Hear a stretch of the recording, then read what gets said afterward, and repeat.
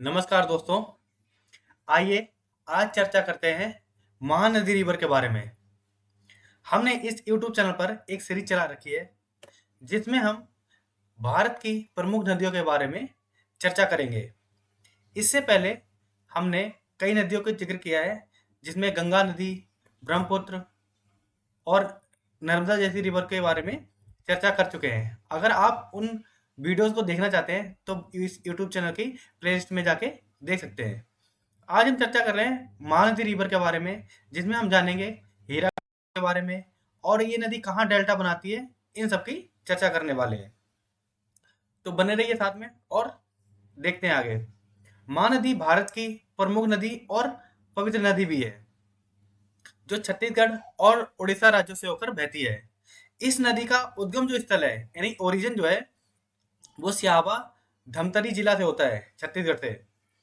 इसकी लंबाई लगभग 851 किलोमीटर के आसपास है और बाकी नदियों की तरह ये पश्चिम से पूरब की ओर बहती है। परंतु भारत की कुछ नदियां हैं, जैसे हमने पिछली वीडियो में जिक्र किया था नर्मदा रिवर के बारे में, जो पूरब से पश्चिम की ओर बहती है। परंतु मैक्सिमम रिवर्स जो है वो पश्चिम से पूरब की ओर ही बहती हैं। इस नदी का डेल्टा ओडिशा के कटक के पास है। ओडिशा की एक जगह है जहाँ पर जो कटक है उस वहीं पर इसका डेल्टा है।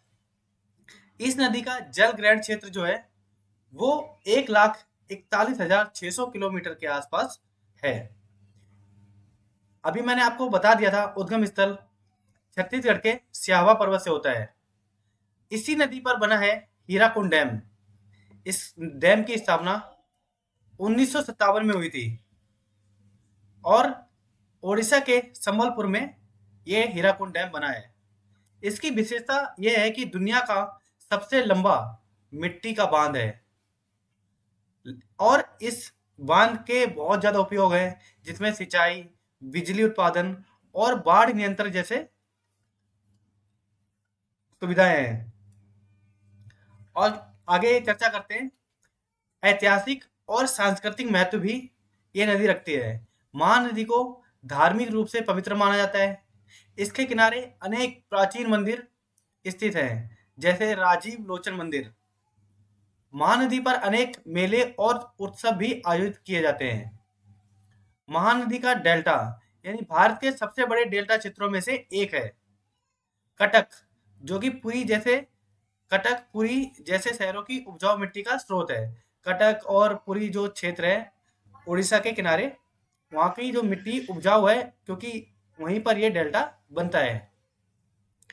इस नदी की बाकी नदियों की तरह पर्यावरणीय चिंताएं भी हैं, क्योंकि नदियों को लेकर भारत में अभी भी बहुत ज़्यादा साफ सफाई को लेकर क्यूरियोसिटी नहीं है। मतलब लोग उस पर ध्यान नहीं देना चाहते, ना लोग दे रहे हैं ना गवर्नमेंट। गवर्नमेंट ने तो भी कुछ अभियान चलाए भी हैं, परंतु सबकी सहभागिता से नदियों को स्वच्छ बनाना चाहिए, क्योंकि सतत विकास में बहुत ज़्यादा उपयोगी होने वाली है।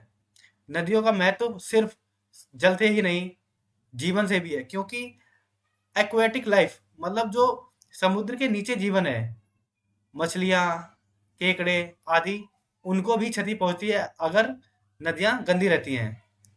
उनमें इंडस्ट्री का जो कचरा है वो नहीं डालना चाहिए। प्रदूषण, अवैध रेत खनन और जल स्तर में गिरावट एक बड़ी चिंता है इस नदी की। सरकार और स्थानीय संस्थाएं मिलकर संरक्षण की कोशिश कर रही हैं। बाकी जैसे गंगा के लिए नमामि गंगे है, नर्मदा के लिए है, ब्रह्मपुत्र नदियों के लिए, वैसे ही इसके लिए भी प्रोजेक्ट चलाए जा रहे हैं साफ सफाई के लिए।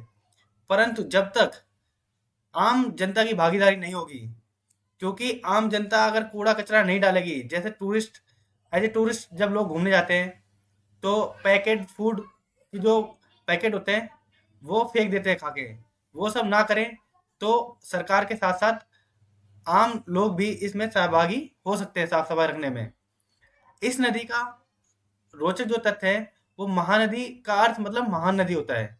इसमें एक रोचक बात यह है, महान महान नदी, इसे कभी दुखों की नदी भी कहा जाता था बाढ़ की वजह से। जैसे बिहार में एक नदी है शोक नदी, वो भी दुखों की नदी के रूप में जानी जाती है, क्योंकि जब वो नदी बाढ़ लाती है तो पूरे के पूरे गांव उजाड़ देती है। यह नदी गंगापुर जल प्रपात यानी गंगापुर वाटरफॉल और सीता नदी जैसे सुंदर स्थलों को जोड़ती है। जैसे कि आप इस तस्वीर में देख पा रहे होंगे, यह है हीराकुंड डैम। यह डैम मिट्टी का सबसे बड़ा डैम है। ये स- देखने में बाकी काफी खूबसूरत भी है, और बस सबसे बड़ी बात यह है कि इस नदी को स्वच्छ बनाने के लिए और सस्टेन रखने के लिए आम लोग ही सहभागी होना जरूरी है। Thank you.